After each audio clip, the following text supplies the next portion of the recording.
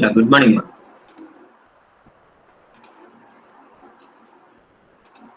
Good morning, sir.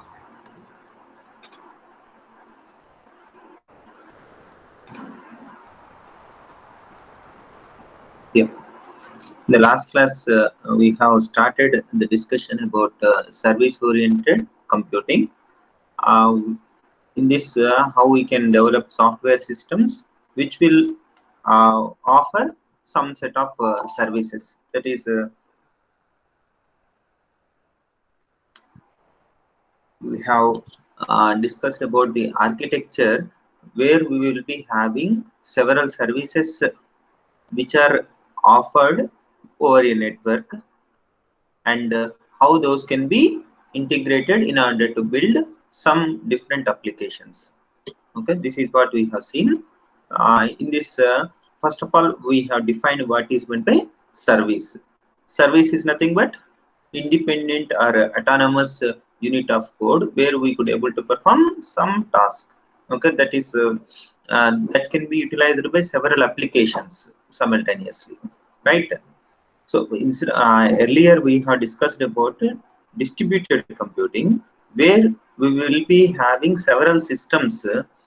In order to perform one particular task, we will be collaborating with other systems.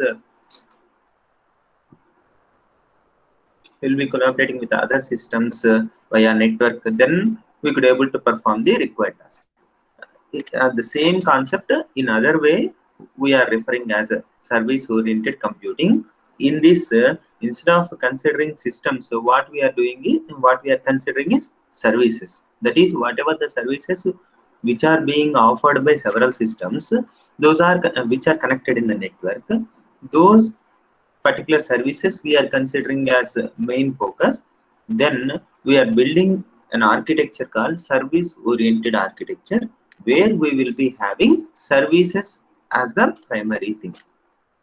Yeah. What is meant by service? Service is autonomous unit of automated business logic. Okay, it will perform some business logic which can be accessible to other systems. Okay, it can be a business process, sub process, or an activity. This is nothing but a service definition. In other words, it is autonomous, discrete, reusable units of business functionality, exposing its capabilities in a form of contracts. Okay, these can be offered independently and moved to some other place, some other system we can say, and it can be scaled even in runtime. While running also, it will be what you call updatable. That is what is meant by service. Next, service oriented architecture, SOA, is nothing but collection of services which are arranged in some way over a network in such in a way to collaborate in order to perform or in order to build some software application. Suppose if you wanted to build one particular application where we require 4 services like service 1, 2, 3, 4. Okay, S1, S2, S3, S4. Then another application requires 5 services where we are having S2, S3, S4 as common. Other 2 are different. Then we could able to have logical organization of these all services in such a way that those are these all services are available for both the applications. Such kind of architecture we call it as service oriented architecture. Okay, so now here in this SOA, what we will be having is services are distributed over a network. Okay, that's clear. Next, these services can be reused to create new business applications. Same services can be utilized, can be reused to build multiple business applications. This is about service-oriented architecture. Next, how these all services can be utilized is based upon the contract. It will contain the contract with the specification, purpose, functionality, interfaces, some constraints, and how those can be used. These all things will be specified in the form of a contract, based upon the contract, those services can be utilized. Yeah. So now formally what we can say about service oriented architecture is SOA is a software architecture. SOA is a service software architecture model where business functionality, whatever the business functionality required for one particular application, are logically grouped and encapsulated into independent reusable units. Okay, contained, this self-contained, that means more or less independent. Next, distinct and reusable units called services that represent a high-level business concept. This is about service-oriented architecture definition. Clear? Is it clear, ma'am? What is SOA?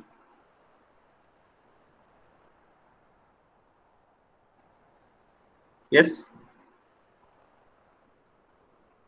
Yes, sir. Yeah.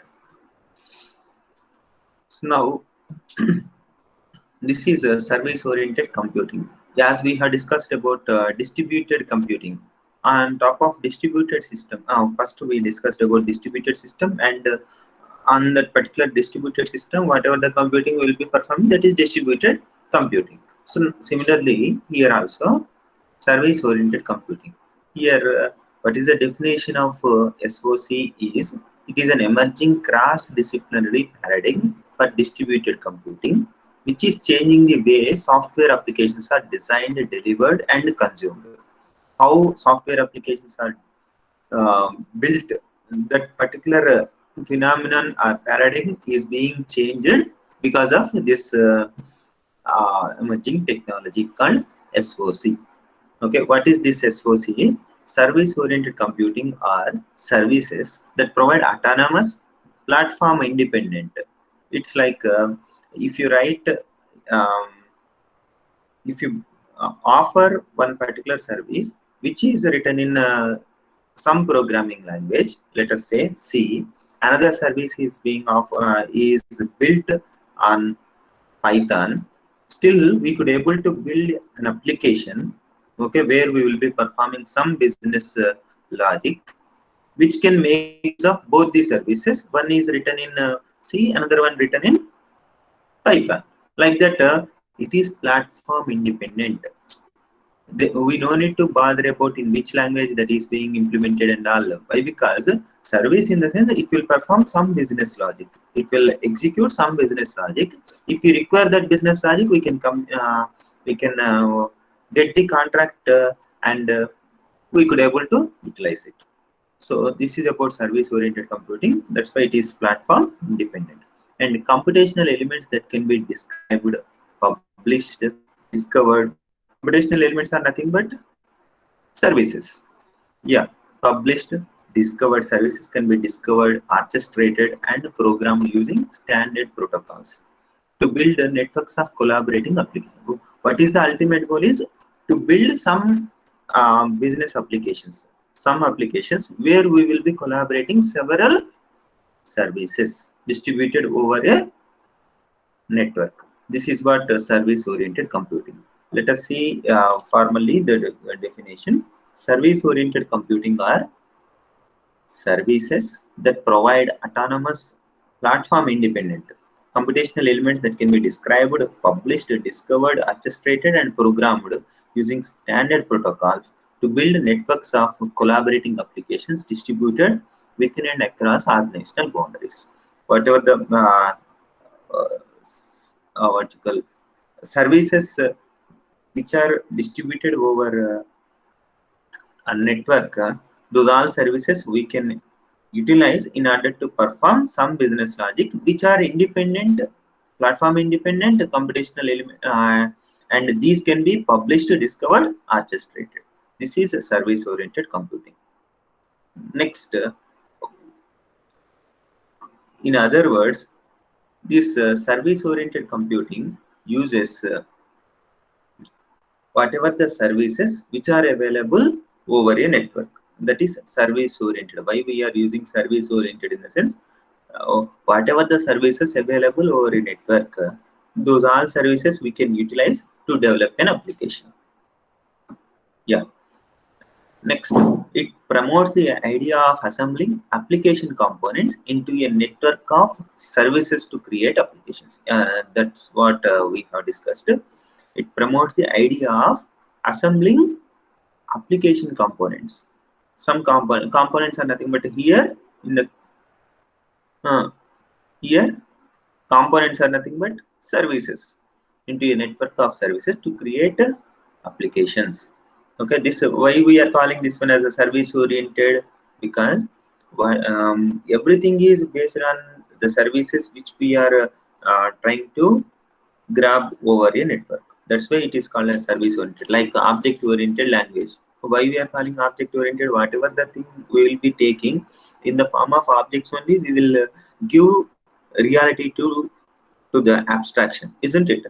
That's why object oriented. Similarly, here also service oriented, in the sense whatever the functionality which we require, those all functional that entire functionality we will be achieving in order to build the applications based upon the available services. That's why it is called a services oriented or service oriented architecture. Yeah. Next, web services are currently the most promising SOC. This is one of the applications of service oriented computing, where we are performing service oriented computing is web services. Web services is the application that we can consider where we will be performing SOC. Okay, these web services includes SOAP. These are some protocols kind of thing. SOAP, Simple Object Access Protocol, Web Services Description Logic, Business Process Execution Language for web services. These are some of the protocols that we will be using in order to make in order to establish this service-oriented architecture, where we will be performing service-oriented computing. I'm repeating once again. These are the protocols which we will be using in order to perform service-oriented computing. Got it? Like some services are available. Let us consider some services are available at one particular system. Okay. Then how these services can be offered to some other system or to outside of the system, how these services can be offered, and this is one particular question. Next, second question is, if one service is required by one system, okay, or one application, then how that can be acquired by that system? This is another question. One is, if services are available with me, then how I can offer? This is one point. If services are needed by me, then how we can able to get those required ones? These two things we will be performing based upon these protocols. The Simple Object Access Protocol, that is SOAP, Web Services Description Language, that is WSDL, then Business Process Execution Language for web services. This is the article, another protocol that we will be using in order to perform these two tasks, that is offering the services, getting the services. These two will be performing by using these protocols, and we will be seeing when we will be using which protocol we will be seeing next. Is it clear till this point? Yes.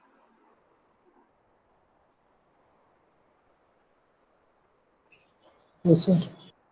Yeah. Next, before going to see how these protocols are being used, that we will see. Yeah. Here, this is the SOA architecture, where we are having service requester. That is like one system requires or one application requires one particular service. Okay. Then how we can do, and one service provider is there. That is, we are having some services to offer. Then how we can able to do. And one more thing is like a service registry and broker. This service provider, service requester, we know we have the intuition to understand these two, isn't it? Service provider, service requester. This service requester requires some service, provider will offer some service. Now there is another third party kind of thing called service registry and broker, where this service provider will publish whatever the services which are being offered by the service provider. Understand? Service provider will publish whatever the services are being provided. Okay, those services are maintained in this service registry and broker, where it will be having some list of services which are being offered by service provider. Not only one service provider, there can be multiple service providers. All will be publishing their services which are being offered. Okay, this is that entire list will be maintained at a service registry and broker. Next, if one particular service is required by service requester, then how he could able to get that service is, that particular application will contact this service registry and broker and finds the required service, whether it is available or not. Yes, it is available.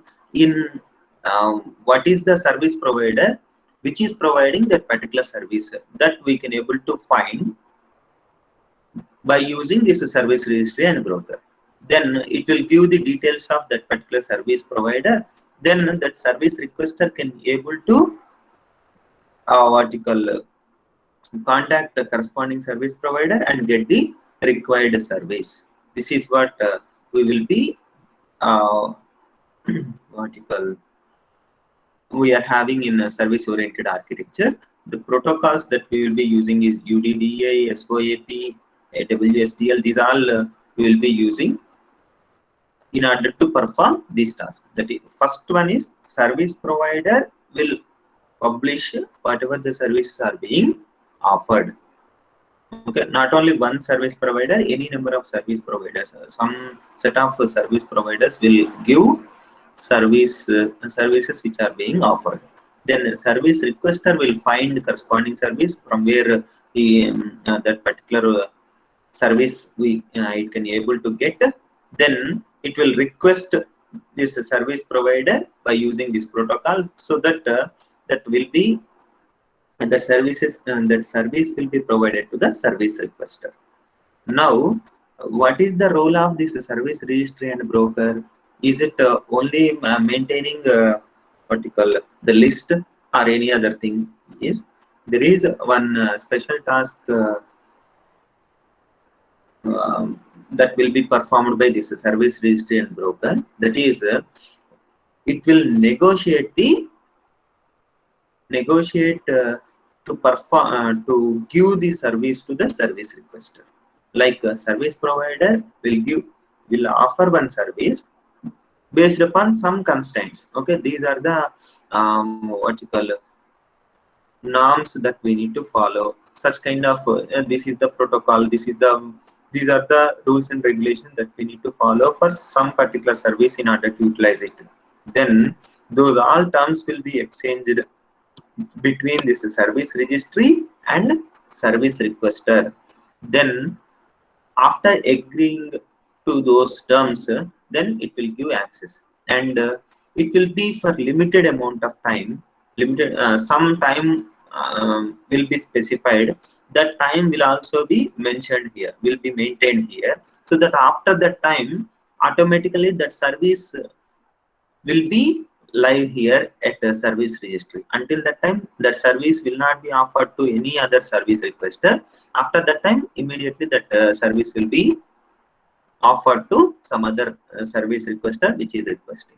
Like that, service registry and broker will maintain the list, and what is the current state of it, whether it is available or not, or who is utilizing it, who is offering it, on what terms that service is being offered. These all things will be maintained by service registry and broker in order to negotiate with the service requester. Okay, this is what the role of this service registry and broker. Of course, the service provider will offer actual service after binding binding to one particular service requester. Okay, this will be done by using the protocol called SOAP. This is what SOA architecture. Okay. Next, let us compare this SOA and three-tier architecture. I think you know what is the three-tier architecture. Yes or no? Three-tier architecture. Yes. Do you have idea about it? Two-tier architecture, three-tier architecture. Yes.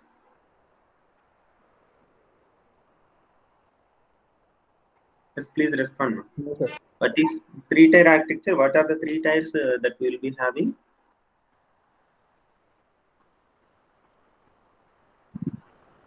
Here it is visible. By seeing also you can. It's Server like field. yeah, server. Here, what is this? This symbol is for databases. Okay, this is the user, we can say. So a client, then server, then here we will be having database server. So whenever we require some data from database, then we will be requesting to the server. After processing that request, then how that request can be processed by the server is by contacting with the database. It will establish the connection to the database and it will get the required one. Then that result will be processed and will be presented to the client. This is three-tier architecture, isn't it? Yes.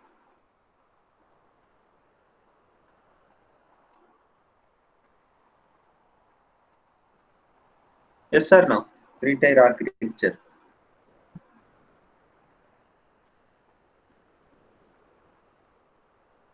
Yes, please respond now.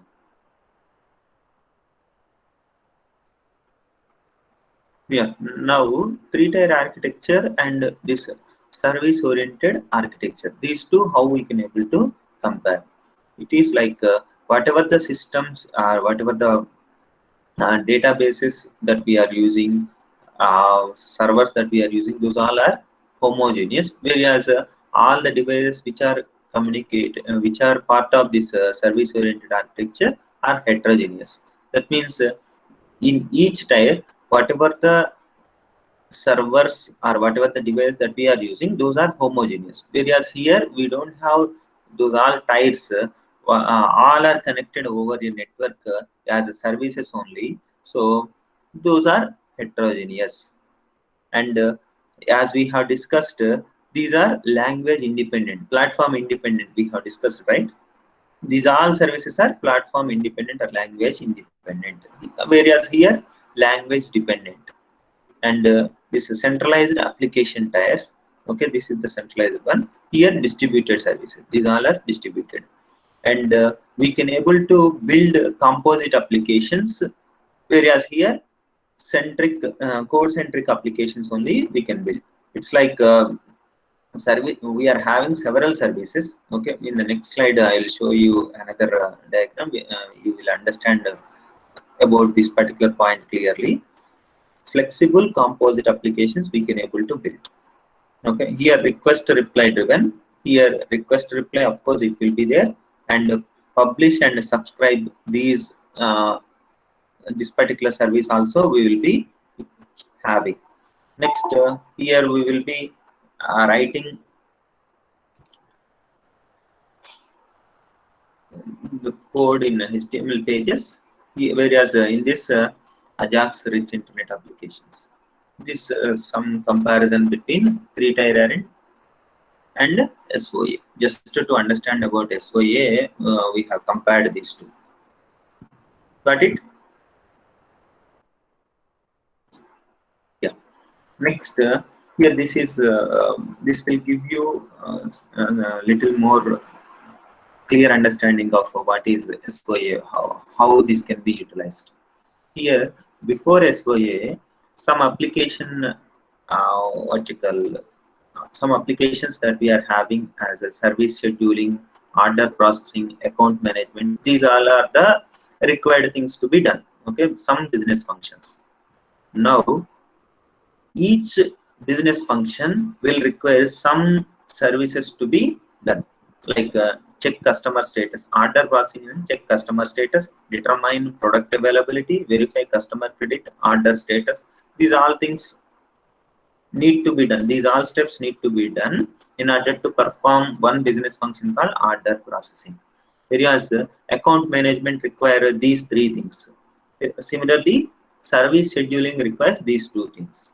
Now, what we are considering is the same application. If you try to build by using service-oriented architecture, then each step we can consider as single service. Understand? Each step we can consider as a single service. Then check customer status. We are having in this particular business function check customer status, and here also we are having check customer status. And similarly here order status we are having in order processing, same order status we are having in account management. So these two can be considered as one service. Order status as one service, check customer status as another service. Like this, all these we will be modeling as services. Then this application will be turned like this. See the right side now. Order processing is one application, account management is another one, here service scheduling is another one. In this particular one, what are the services that we are having is check customer status. We are having check customer status in service scheduling, which is pointed here with the green color. You can observe that blue color here, blue color is nothing but order processing. We are having that check customer status in order processing as well. That's why these two applications will make use of this service that is being indicated here. Similarly, check order status. We are having check order status in account management as well as order processing. So that's why we are having two colors here, blue and orange. Got it? Check inventory. This is being offered. This services is being utilized by two vertical applications. One is service scheduling, another one is order processing. Like this, these are all steps we have modeled as reusable services, reusable component. Those we can call it as services. Got it?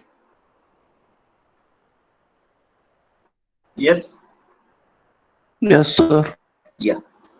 So this is about the influence of service-oriented architecture on building applications. Whenever we wanted to build some applications where we need to perform several, we need to make use of several services, then those all services we can model as independent units of code.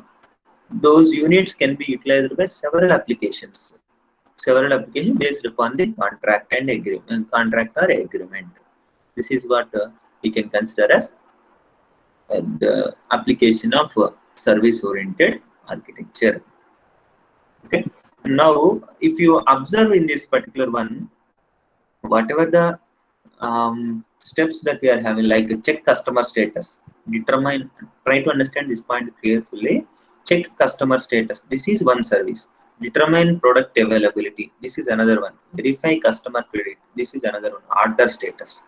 In all these steps, of course, everything we can consider as a service. These services need to be maintained in such a way that there is very little dependency on other services. Each service depends on other service almost zero. That's why we are saying those as autonomous units of code. See here, check customer status is one service, determine product availability. In order to while considering these two services, whether these two are dependent or independent. Check customer status is one service, determine product availability. These two services are independent or dependent on each other. Yes? Please respond now.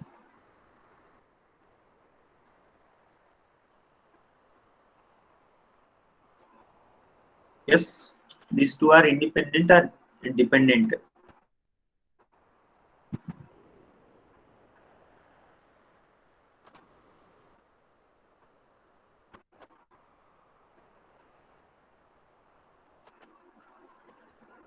Praneeth? Independent, sir, maybe. Independent, yeah. Now you consider determine product availability and verify customer credit. These two are independent or dependent?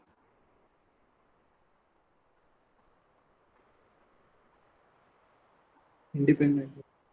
Yes, dependent or independent?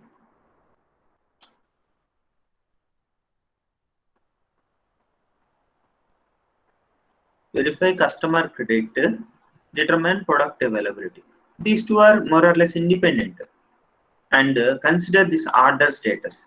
Order status is depending upon this product availability and customer credit, like right or not?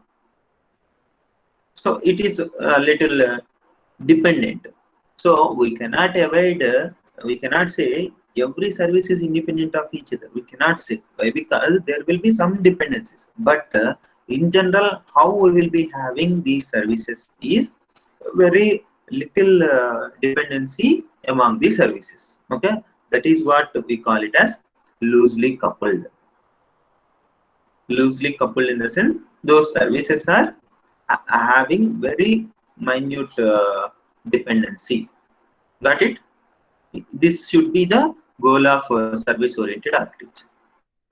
And another goal is worldwide mesh of collaborating services which are published and available for invocation on the service bus. So whatever the services that we have that are being available to use, okay, that are published and available to use, those can be able to utilize by any applications based upon the request through this service bus. This is another goal. Next, SOA is not just an architecture here, architecture of services. It is like implementing some policies. We have discussed about the contract, right? Here in this, some contract based upon those terms only, the particular service will be allocated to service requester.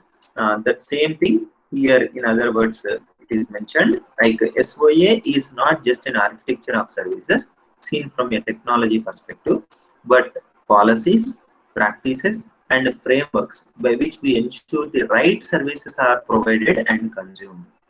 Okay, this is another goal of SOA. Is it fine? All three?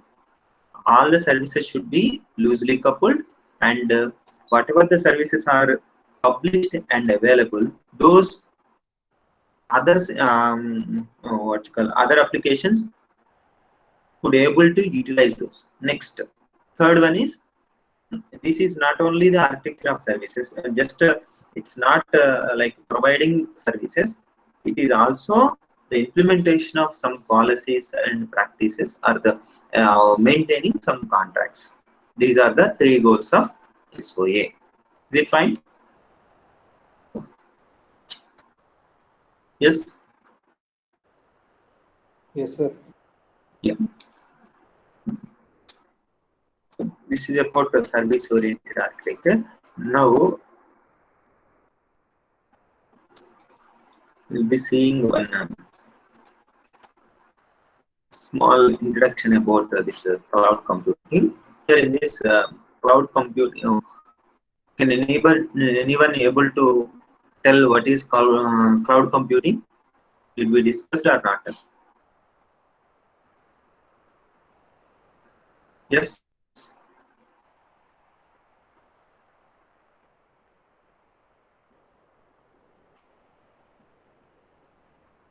Is there any link to the distributed computing and cloud computing? Yes.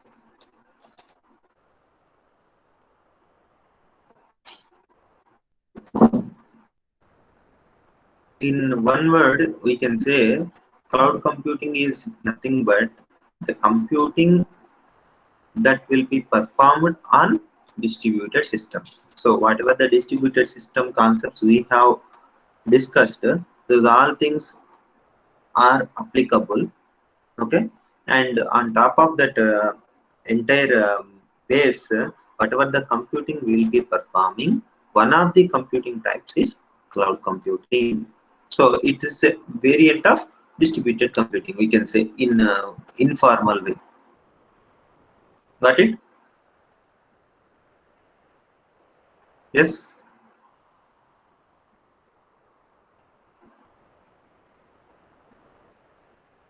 So this cloud computing we will be seeing, we will be introducing in this 5 minutes or 10 minutes. Here in this, we will be considering some terms like cloud computing. It is on-demand availability. See this one, on-demand availability of computer system resources, especially data storage and computing power, without direct active management by the user. This is what cloud computing, in the sense some functionality we require. Then it is like you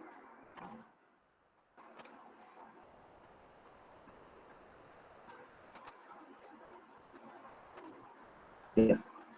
Suppose we are having a requirement that we have to conduct one a coding competition. Let us consider we have to conduct a coding competition for national level fest. Okay, you are conducting a national level fest. In that, your event is to conduct a coding competition. For that coding competition, what is the what you call, it's like requirement is you have to don't send rule numbers and names now. Why are you sending? Who asked it?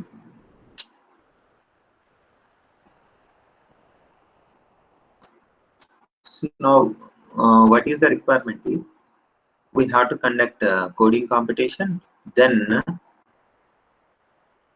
for that coding competition, we require Vinay Vasala, Ashish Vinay. Yes, sir. Why are you sending number? I didn't tell you to type, right? And I told you not to send now. At the end of the class, when I ask, then you enter according to the rule number. Okay, if you don't know the English, then you understand at least numbers 1, 2, 3 like that. N Shivaganesh. Don't you know the manners? N Shivaganesh.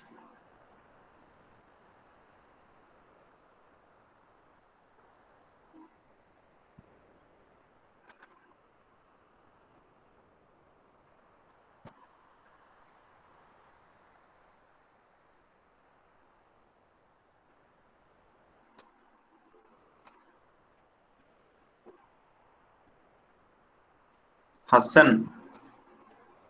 Yes, sir. Why are you sending now? Hmm?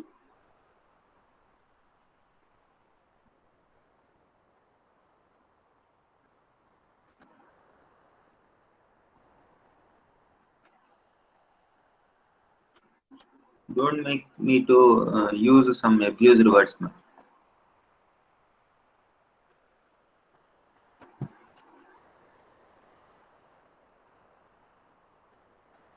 Yeah, K Vinay. Don't you know the manners? I'm saying you several times from in last 2-3 minutes. I have told you 3 times. Don't you know the manners? It is simple common sense that at the end of the class, when I ask you to enter, then only you enter. Why are you sending and disturbing?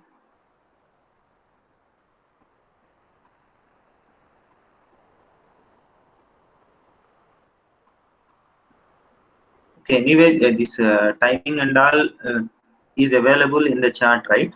When I take it, then automatically this list I will keep aside so that I can have the list of students who are not following the instructions.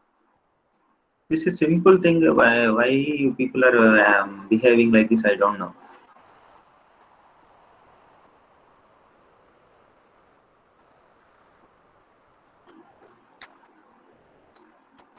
Yeah. So now you are conducting a coding competition where you need to have you need to conduct one machine learning competition. Let us consider machine learning task. You will be giving one task. You will be giving where you need to make use of GPUs and all in order to accomplish the task. Okay. Now that fest is for 1 week. Let us consider 1 week fest is there. In order to conduct that event, you require many GPUs. Okay. In order to maintain the GPUs and all, you require a lot of infrastructure, isn't it? GPU cost, buying cost, and maintaining cost. These all things we need to bear. Instead of that, what can be done is for that 1 week of time, or 10 days of time, or 2 weeks of time, what we will do is we will pay for rent. Okay, we will be. It's not like we'll be bringing all the infrastructure to our campus and utilizing. Not like that. But whatever the resources are available, okay, those we will be taking. The computational power or storage capability, we will be taking. We will be hiring for some amount of period, like 2 weeks, so that we will be paying for those 2 weeks only whatever the resources we have utilized. Such kind of uh, flexibility we will be achieving by using cloud computing. Understand what is my point? Yes.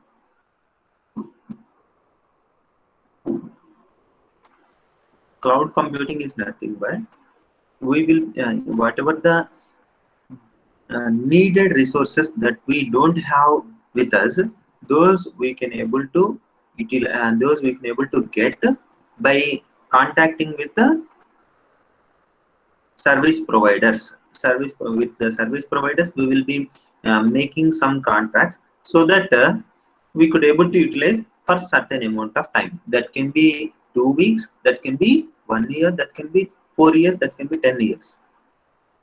Some fixed amount of time. What is the advantage of getting this kind of service instead of establishing entire thing on our own is we no need to maintain, and whatever the amount of period that we use, for that period only we could able to pay. No need to pay for entire time from the what you call, let us say only 1 week we require. We no need to pay from the day of buying that particular resource and maintaining up to the last one, maintaining cost and all. We no need to bother how those all are being maintained. We no need to bother. Just what is the requirement is just we need to pay whatever we use. That is the advantage of cloud computing. Okay.